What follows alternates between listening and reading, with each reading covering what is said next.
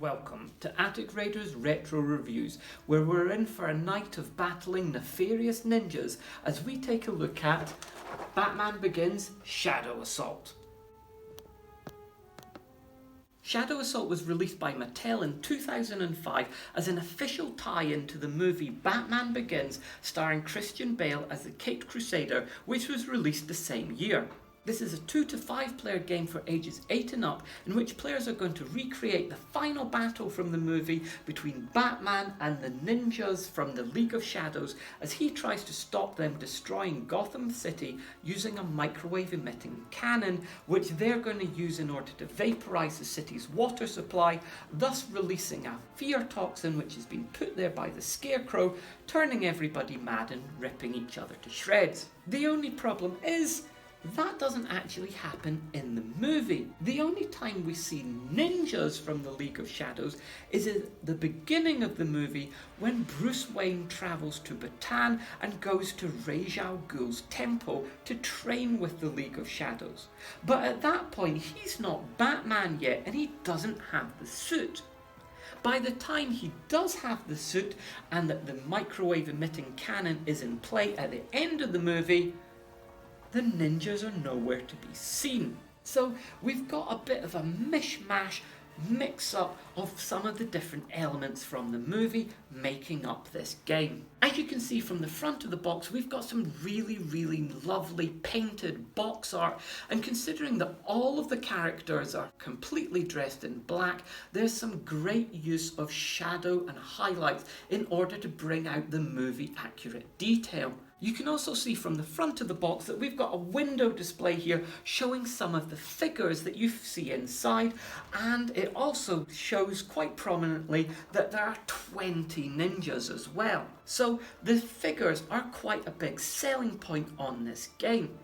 Besides the really nice artwork, on the back we've got this great big photograph showing the layout of the board and a little bit of extra information. This was the only board game which was brought out for Batman Begins. So, is it a good one? Is it worth getting and playing? Should it see the light of day? Or does it belong in the shadows? Let's take a closer look and find out. The game comes with a normal black 6-sided die which goes from 1 to 6. We've got 3 6-sided green dice, and each of these has got a different sticker on each face. As far as the green die symbols go, we've got a 6 on a ninja facing, we've got a 5 on an explosion, we've got a 4 on another explosion, and then we've got a 3 on a shuriken, another 3 on a shuriken, and a 3 on a bat symbol. We've got 4 different colours of damage markers for each of the 4 Batman figures, and we've got 1 damage marker here for the microwave cannon. The miniatures are the main selling point of this game, so for a Batman movie tie-in you can of course play as Batman. So here he is swooping down getting ready to kick an enemy in the face. But if you don't want to play as him, you could always play as Batman. Here he is getting ready to kick somebody in the face. If you wanted to be a little bit different though, you could play as Batman. Here he is getting ready to throw his batarang. If you wanted to be completely different, you could play as Batman. Here he is looking really heroic. We have of course got 4 different Batman figures in different poses with different coloured stickers on their bases to help differentiate them, but it is a bit strange having 4 of the same character on the board at the same time. The instructions tried to explain this away by saying that he seems to appear in multiple locations at once, confusing his enemies with his stealth and speed, but it is a little bit weird. You can see the sculpts on these are okay. The details are a little bit soft. This is more HeroClix quality rather than Kickstarter quality, and of course they are pre-painted, but by that I mean that he has got a painted chin and a belt, since everything else on here is black, but they're okay. Get 20 ninja figures, and as you can see, unlike the Batman figures, they're all in exactly the same pose. The detail on these is actually rather nice. There's a lot of sculpted detail that captures the look of the ninjas from the movie.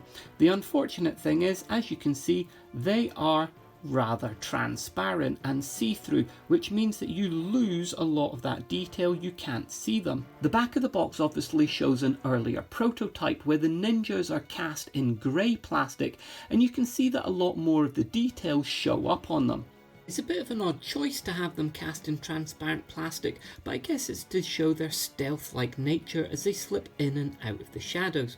Now, one of the problems with these is that it would appear that Ra's al Ghul has been employing children as ninjas, because if we take these and compare them to the Batman figures, they are really oddly small in comparison. He's only coming up to Batman's chest.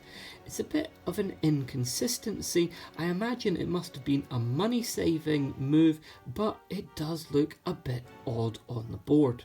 The board itself is this quite thick, glossy coated cardboard, which is folded into quarters. When you open it up into its full size, it's not very big, but it's the size it needs to be. When you put it down, you can see it shows Gotham City here, and there is the microwave cannon in the center of the city. We've got the damage trackers for the 4 different Batman figures in the 4 different colours, and we've got the damage tracker for the microwave cannon in green here. To set up the game, we take the ninja figures and we place them onto the red squares dotted around the board. The microwave cannon's damage marker goes onto space number 4 of its damage tracker. The Batman figures get placed into their starting corners, making sure to match up the colours on the corners with the colours on the bases. Batman damage markers get placed onto space 4 on their coloured tracks, making sure that you match up the colours. The Ra's al Ghul player takes the 3 green die, and the Batman players take the black die. The object of the game then is for the Ra's al Ghul player to drop the health of all 4 of the Batman figures down to 0 in order to win, whereas the Batman players have to drop the power of the microwave cannon down to 0 for them to win. In order for the Batman players to win, they're going to have to move through the city across the board to the microwave cannon in the centre before they can start beating up on it. But before they can do that, they're going to have to roll to see whether or not they can even actually move, because each of the empty squares on the board and the ninjas and the microwave cannon all have a defense value of 2. So the Batman players are going to have to roll a 3 or higher on their black die in order to be able to move or to beat something up. Now we'll come back to that shortly, but every game begins with the Ra's al Ghul player going first, and on their go they can do one of 2 different things. They can either increase the defense value, making it harder for Batman to do anything, or they can try to increase the power of the microwave cannon. To try to increase the cannon's power, making it harder for Batman to destroy, they're going to take the 3 green die and roll them looking for matching symbols. If you roll no matching symbols, then you don't get to increase the cannon's power at all, and you've effectively wasted your shot. If you roll 2 matching symbols, then you get to increase the cannon's power by 1. If you get 3 matching symbols, then you get to increase the cannon's power by 3. Now obviously you can't increase the power beyond 10, and you can only increase the power if you have at least 1 ninja left on the board. Alternatively, the Ra's al Ghul player can make things much harder for Batman by increasing the defense value. To do that, they take the green die and they roll it looking at what number appears on it, and whatever number they roll, that is what the new defense value is going to be. So if I roll a 5, it means that Batman now has to roll a 6 in order to be able to move or attack anyone. Also means that I get to move up to 5 ninjas up to 5 spaces. And that can make things very difficult for Batman, because if I'm next to him, then I can attack him. I can move 1, 2 spaces. I can move a second one, 1, 2, 3, 4, 5 spaces. I can move a third one, 1, 2, 3, 4, 5 spaces, and I can move a fourth one, 1, 2, 3, 4, 5 spaces, and I can even move a fifth one, 1, 2, 3, 4, 5 spaces if I want to. Batman's now going to have to battle his way through all of these ninjas in order to get anywhere near the cannon. After powering up either the cannon or the defense value, it then goes on to the second phase, which is the attack phase. In the attack phase, any ninja which is adjacent to Batman, but not diagonally, gets to roll an attack on him. In order to do that, they're going to roll one of the green die and hope to get the ninja attack symbol. Anything apart from the ninja attack symbol means that no damage is done to Batman. But if I was to roll the ninja attack symbol, then Batman's level of health would go down by 1 point. Ninjas can attack every Batman figure that they're adjacent to. So this one could attack this blue Batman figure, this one could attack this purple Batman figure, and this one could attack both of these at the same time, or rather one after the other.